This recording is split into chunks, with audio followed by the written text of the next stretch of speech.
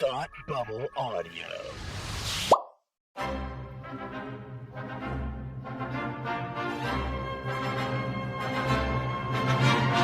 Look, up in the sky! You will never find the more wretched hive of scum and villainy. Welcome to Beer with Geeks with Tim and Frank.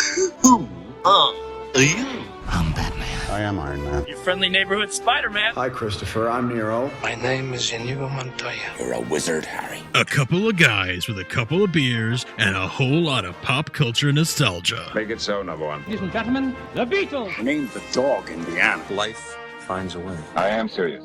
And don't call me Shirley. Now sit back and crack open a cold one, because it's time for Beer with Geeks. It comes in paints? Shaken, not stirred. Great Scott! I was way off. I knew it started with an S, though. Hi, and welcome to the preface of Beer with Geeks, where we apologize for all the things that we do. I'm Tim. And I'm sorry. You are sorry. Frank, tell the people what you did. There was a little mix-up with the microphones in this episode, so the audio will not sound as clear as it should. We were recording from the wrong microphone, unbeknownst to either of us, until the episode was over. Yeah, you're going to hear a comment about me saying, you're making a weird face, and that's the moment where Frank realized he made a boo-boo. I screwed up, so I apologize for the audio quality in this episode. Hopefully you will still enjoy it.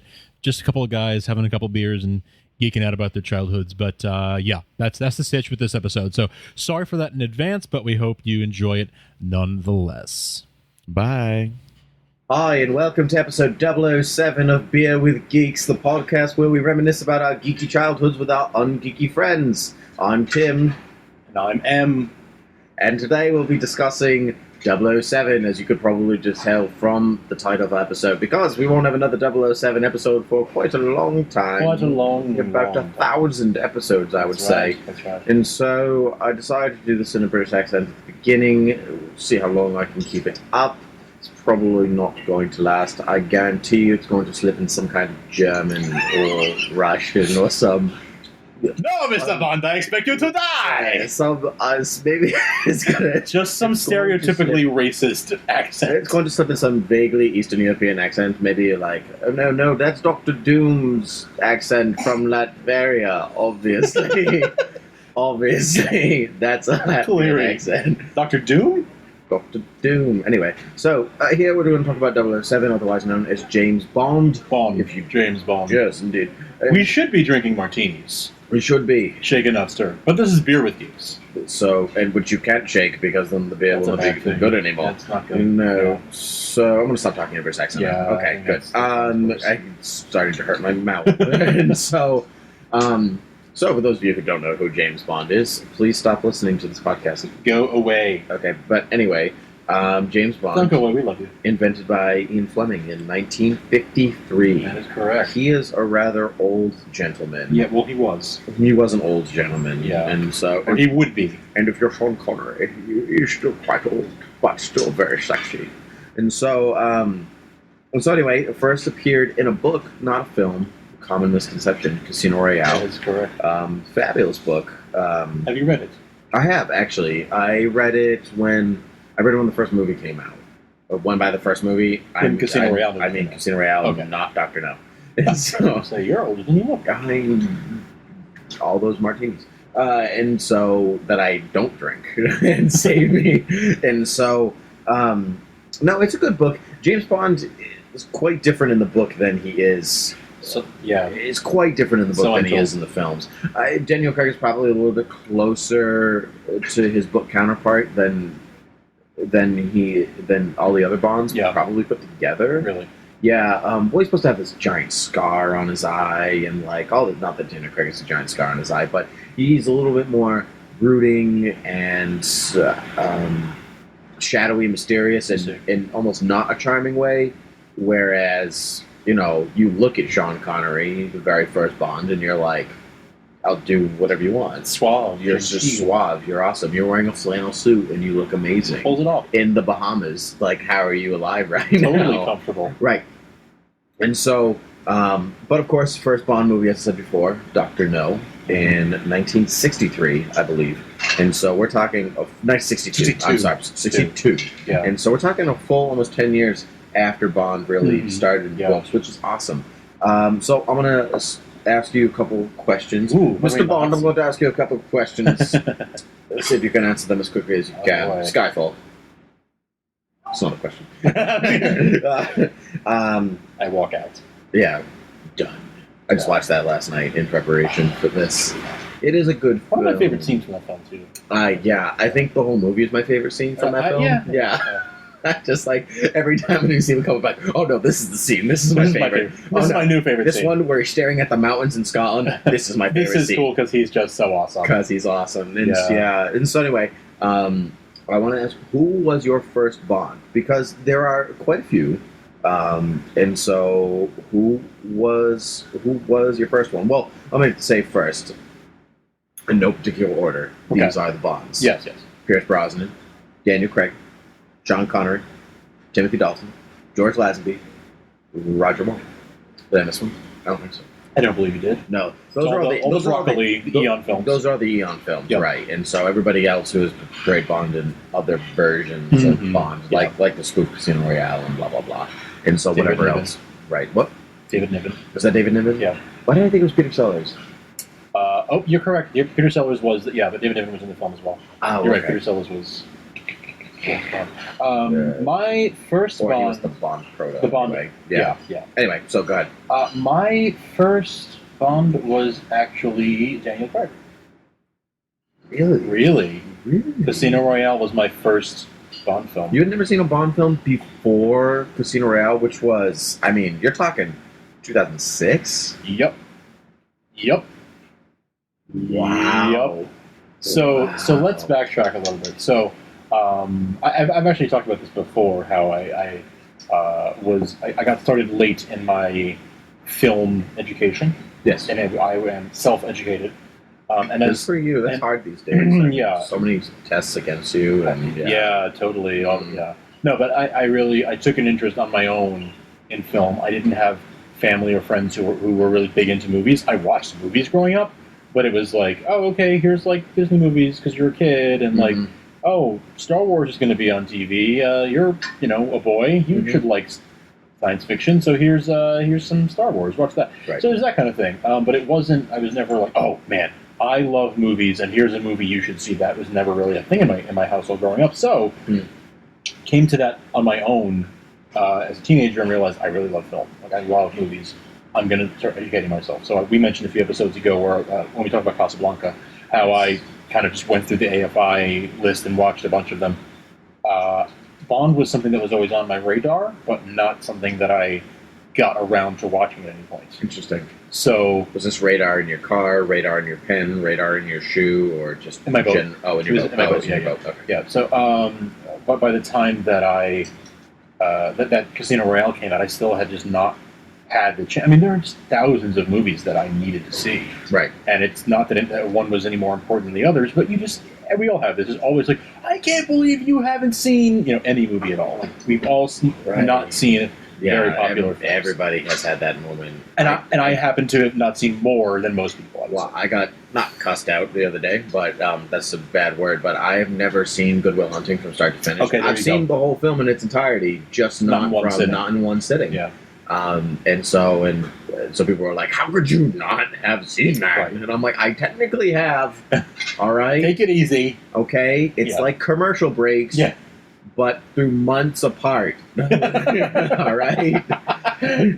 Right. So that's similar. Yeah, that's similar to my experience. But so I really had to go through and be very thorough and fill in as many movies as I could, but I couldn't watch everything, obviously. So 2006, Casino Royale comes out. I've loved action films. I've loved I've loved that. What I'm looking for is that type of character, that archetype. Right. That's what I'm looking for. It's got a great theme song too. Yeah. Know my name. Yeah. It's a great song. Yeah. Chris Cornell. Yeah. It's one of my favorites. I've heard since all night. But yeah, so I fell in love with that movie on first viewing in the theater. Have seen it many times since. But that was my first exposure to Bond. Yeah, and not through any lack of desire to see any other Bond films.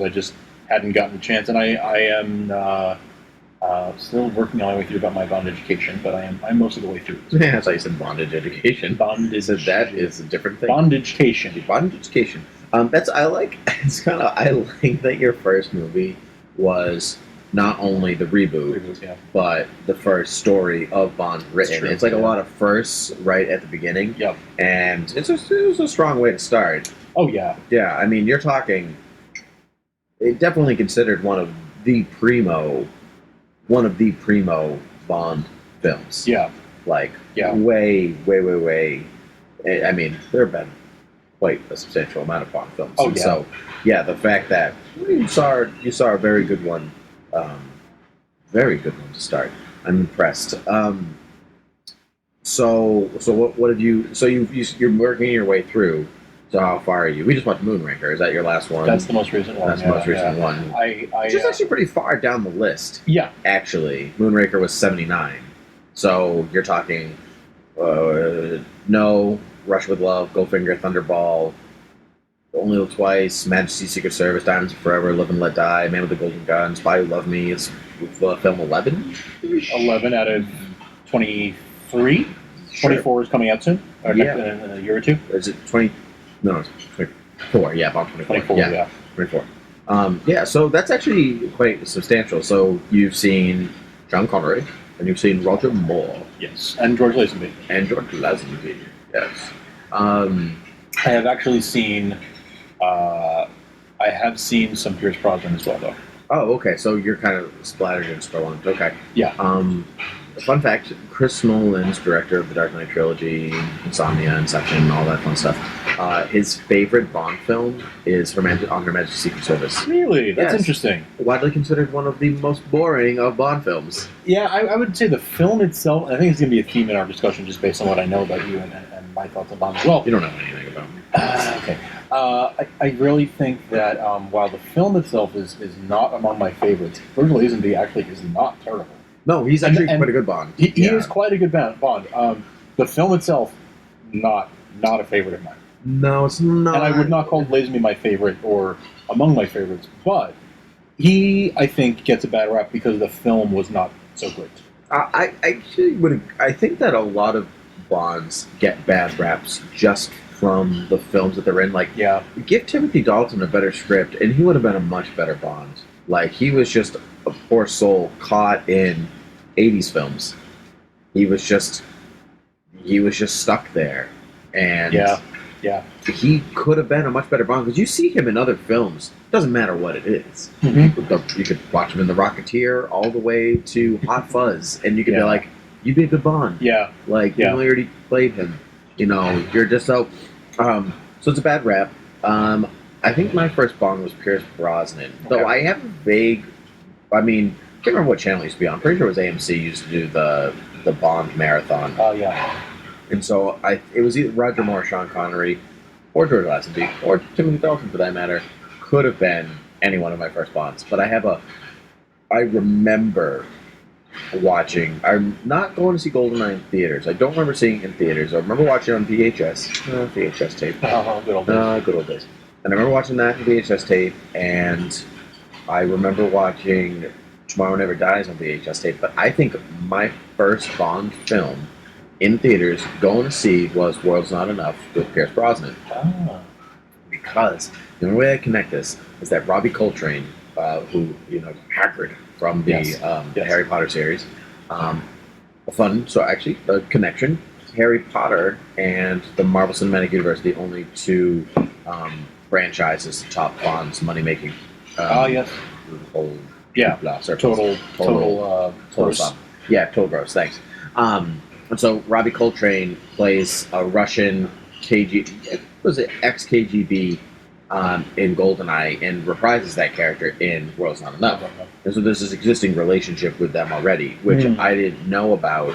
So I remember watching GoldenEye and going, hey, you're in World Is Not Enough. I know you.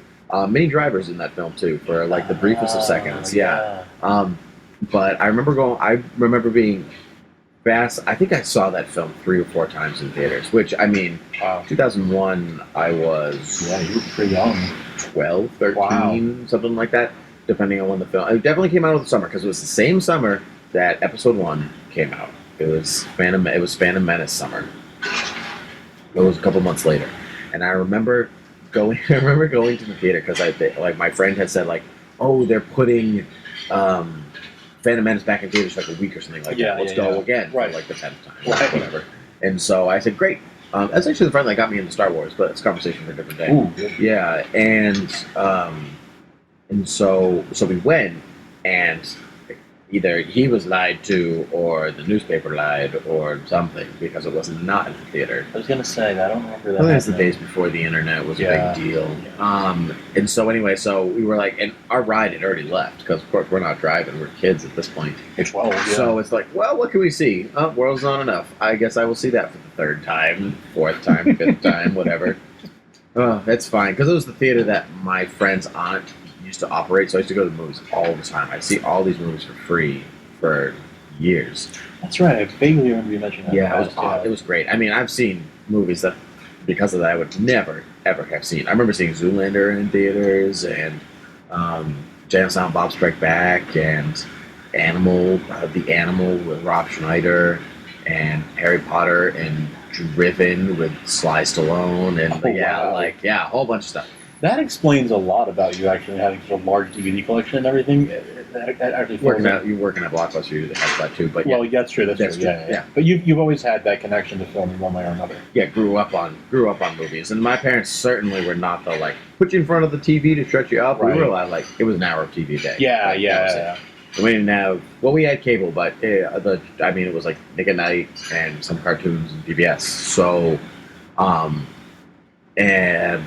So, I lost my train of thought. It was going to be good, I promise you. Well, so that's how you saw the World's Anyway, Not Enough. so that's how I saw. So I saw World's Not Enough. I tried to rewatch it. Last week. It's on HBO. And so I started it late, but I was maybe got 4 minutes into the movie, and I was like, I'm done now. Yeah. And Pierce Brosnan was a great Bond. Yeah. He was great. And so I still maintain that. I just wasn't feeling it at the time. So I have a harder.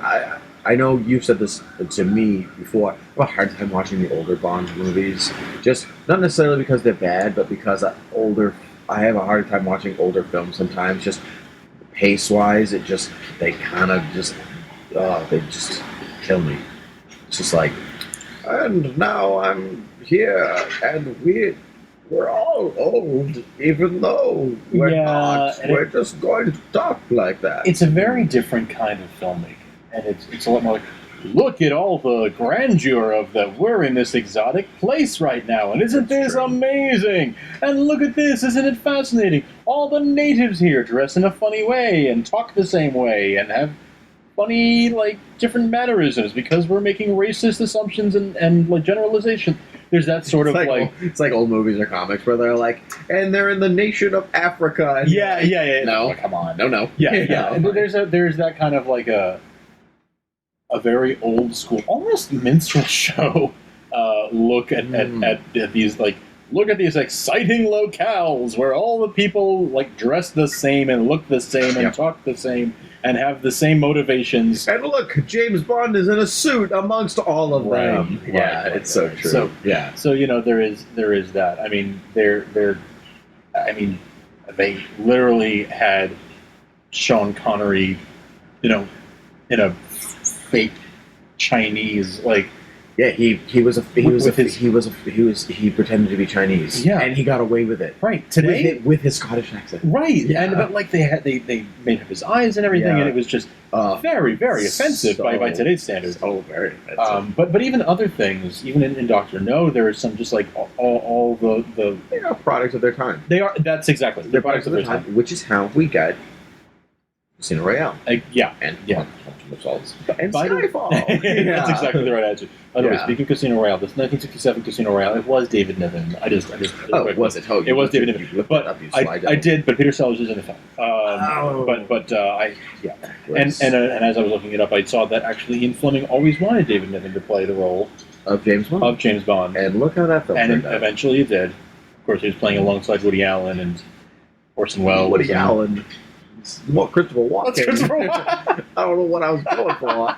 But speaking of Christopher Walken, he is a Bond villain. And that is true. With the horses. And it's a bad film. But it's Christopher Walken. And then he went on to do many things. Many things. Like Batman Returns and Hairspray. Of all things. And Sleepy Hollow, where he didn't speak at all. All right. And so, actually, I remember watching, it's a Roger Moore film. I think it's For Your Eyes Only, is the, I think For Your Eyes Only is the, I can't talk at all. It's the, the movie? The movie with the horses. Oh, yeah. And so I remember watching that at my friend's house and being like, oh my god, this movie is so boring. And then Christopher Walken shows up and I'm like, oh my god, this movie is still so boring. It's about horses. Not that there's nothing wrong with horses or horse racing or anything like that. That's the thing, go for it. But it just like did not feel like anything. I remember vaguely years and years ago my dad saying that his favorite Bond was Roger Moore. Really? And I think because my dad likes the less dramatic, a little bit more whimsical side. And yeah, I mean, say what you will, Roger Moore had some of the coolest gadgets because they were going into that space age type. Let's talk about Q Branch for a moment. Let's. Yeah. You want to start? Yeah. Okay. Okay. So I'll start with saying that I've got a bit of a man crush on Q. Really? I think he's hilarious. Old Man Q? Old Man Q. Okay. I absolutely love everything about him. I think he's hysterical. I think you want to talk whimsical. I mean, that the rapport that he had with, the first 3 or 4 Bonds. Yeah, he wasn't in Desmond Llewellyn wasn't in Llewellyn, yeah. Desmond Llewellyn, yeah. He wasn't in all of them. He didn't start. He didn't start until, maybe Goldfinger. Is it that far in? It might be. Well, I don't know. From Russia, he has the rocket pack in from Russia. You're right. Yeah. So it's just the second film. But even so, he's there from the second film all the way. And then he's there for most of them, with only a couple of exceptions, until we get to the Pierce Brosnan era. Well, he's still in all of those. He's except for the last one, but that's because he passed away. Right, but he made his final appearance all the way. He made it. What I'm saying is, he made it all the way up to Pierce Brosnan before. Yes, he did. Yeah. And I believe in his last one, they knew that was going to be his last appearance. Yes, they did. Well, I mean, they had a nice little send off for him and everything. Yeah, it's actually one of the people down that movie. People down that movie more than they should. Yeah, it gets that. It has better. I mean, the Bond girl's name it's Denise Richards, and she's supposed to play like a nuclear physicist, and her name is Christmas. So like, I'm gonna give people some like, okay, this is not exactly the best. Yeah, but you also have to know. I mean, it's the tradition of the Bond films. I mean, all their names are weird. Well, yeah, that's part of the fun of the films. I mean, there's a lot. Yeah, there's a lot. I'm not even gonna bother going into that. It's not worth it. Some crazier than others. No. Q was in From Russia with Love, but he did not play Q. He was Boothroyd. I forgot about that. I had to look it up. Okay. So we can talk about Q Branch. I love Q Branch. I think part of my love of the Bond films, as much as I love the seriousness of this big Daniel Craig era, I do love the humor of Bond films. Like, Q, I don't know why. I don't know why I would need jam trousers. But, I'm going to take them And anyway. he always does need them. He does. Q is probably psychic. Dude tried to bring it back in one piece this time. 007. Just like that. That's my lunch. Yeah. And so I'm a big gadget guy. I love it. Even when I was a little kid, I loved buttons and like all this stuff and whatever. And I remember when Tomorrow Never Dies came out, and he had the cell phone, which of course was a big deal, just as it is. Oh yeah. But it flipped open, and you could drive the car with the cell phone, and it was amazing. It's like Star Trek. It's just like Star Trek, yeah, just like Star Trek. But I remember maybe a year or two later, they came out with a cell phone that did flip open like that. Yep. And I think it was a keyboard inside, but I want to say it was the Motorola StarTAC. Ooh, the fact that you remember that is amazing to me. I want to say that was it. But I remember wanting that so bad. Not even to drive the car, just to like... Phone. Just the phone that flipped open. The phone that flipped open. And then phones really did flip open all the time. Yeah. And now we're like, flip phones. Wow. I'll flip you off for your flip phone. Ridiculousness. Or flip me off with your flip phone or whatever. Yeah. I do want to... let's talk for a moment about favorite Bond songs. Theme songs. Ooh, there are so many. 23 to be precise. You're so clever. I'm very clever, I'm telling you. I mean, we've got... The Spy Who Loved Me. Right? Nobody does it better. You've got... Could you sing it for me? Nobody does it better. That's a good song. That's a great song. You've got Adele with Skyfall, which was a hit for months. I'm not a huge Adele fan, and I do... I'm not I can't wait to listen to Adele. Okay, yeah. But I love that song. Yeah. It's a great song. Absolutely. It's actually, because I watched it last night, the song has been in my head all day. It's fantastic. In the sky fall. I'm going to stop now. Anyway. We already talked about You Know My Name from Casino Royale, which is a great song. Contender for best. Do you have a favorite, though? I think it actually might be... But to me, the song has to be as memorable as the movie. It also worked in tandem. Yeah. And so I'm going to say that it's Skyfall just because it's been running through my head. But for years, my favorite film was Goldfinger. Goldfinger! Yeah, right. That song was great. Was it the Oscars that she sang that song at last year or something? Do you remember that? Yes, it was the Oscars, 2013 Oscars. Yeah. Yeah. The year Argo won. Yeah. Yes, yeah. But that film, and I don't know why that film particularly, but you're Mr. Bond, I Expect You to Die. Maybe it was classic. lasers. It's classic. Classic film. And so I think that one was my favorite for a long time, but Skyfall kind of nudged its way in, and it was just like, no, this movie has all the glory of the new and all the glory of the old. Oh, yeah. My favorite would have to be Live and Let Die. And really? I'm a huge Paul McCartney fan. Oh yeah. And sing that. And I knew that song for many years before I'd ever seen the film. I grew up, grew up listening to Paul McCartney. Yeah, so I just knew it as a Paul McCartney fan and loved that song. I loved Wings. So that would have to be my favorite. And I've seen him perform that now 5 times live in concert, and it's fantastic every time. Your life is so hard. Charmed life I live. Yeah. But it's fantastic. It's always an event. That song is always arguably the highlight of every show he does because there's pyrotechnics and fireworks every time. Mm-hmm. It's actually that's your James Bond style. Quite a spectacle, yeah. That's cool. Yeah, but that's my favorite. You know my name, Chris Cornell. Yep. From Casino Royale would be my number 2, and I think Skyfall very close number 3. Good. Yeah. Good. Yeah. Okay, so I have 2 questions. Okay. Favorite M. Original. Bernard Lee. Is that Bernard Lee? Yeah. Judi Dench is obviously a contender, but old school. It's funny. I was going to say Bernard Lee too, but every time, but I just can't bring myself to be like, no, Judi Dench is the best because she's Judi Dench. Judi Dench is amazing. It would be like Julie Andrews. It's just not. She's not good. Yeah, you know what I mean? I don't like her in things. You can't. And so Judi Dench is just great in whatever she does, particularly now that, in this last film, like, she's practically blind, and she's still doing this. One of the reasons that she died, actually, because she's got to retire soon. Yeah, her acting days are coming to a close, sadly. I was close with Bernard Lee, but Judi Dench. Well, I mean, she was also my. If I'm counting Pierce Brosnan, she was my first M. I grew up with Judi Dench, and so I want to say that. Okay, second question: favorite Bond villain? Ooh, Christopher Walken. What are we talking?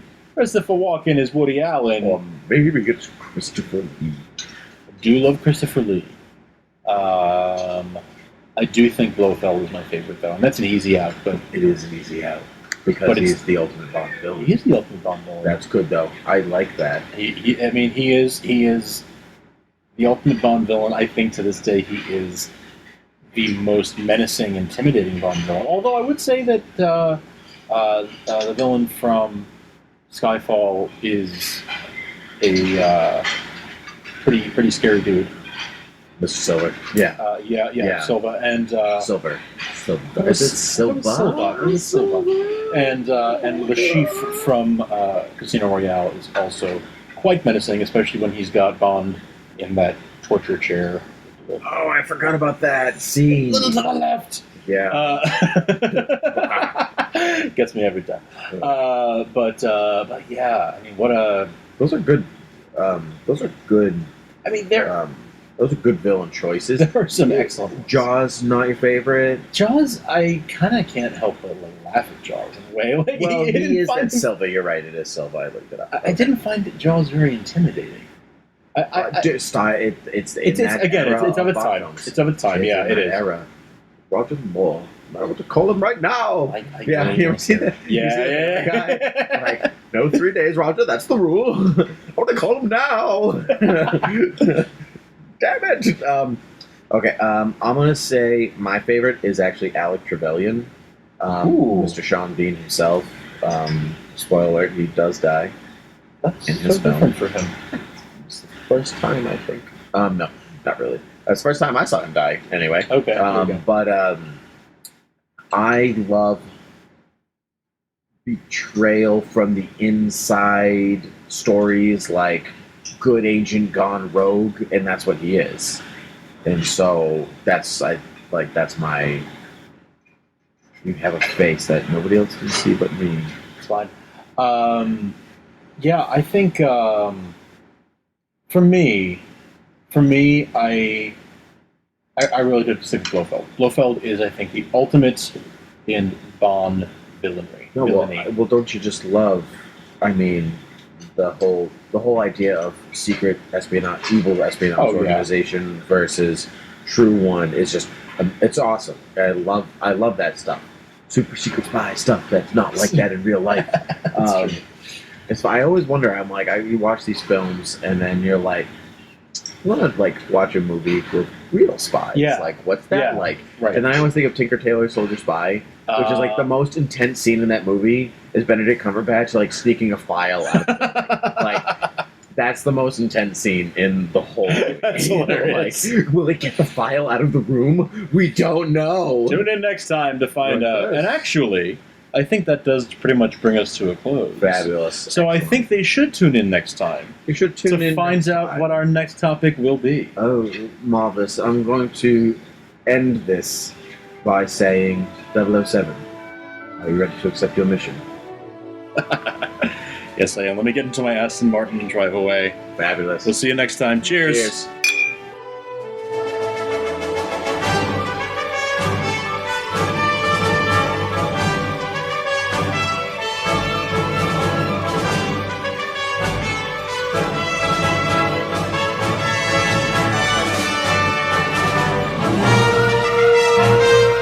This podcast is intended for entertainment and information purposes only. All character names, sound effects, and quotes are registered trademarks and/or copyrights of their respective trademark and copyright holders. All original content of this podcast is the intellectual property of Thought Bubble Audio Studios unless otherwise indicated.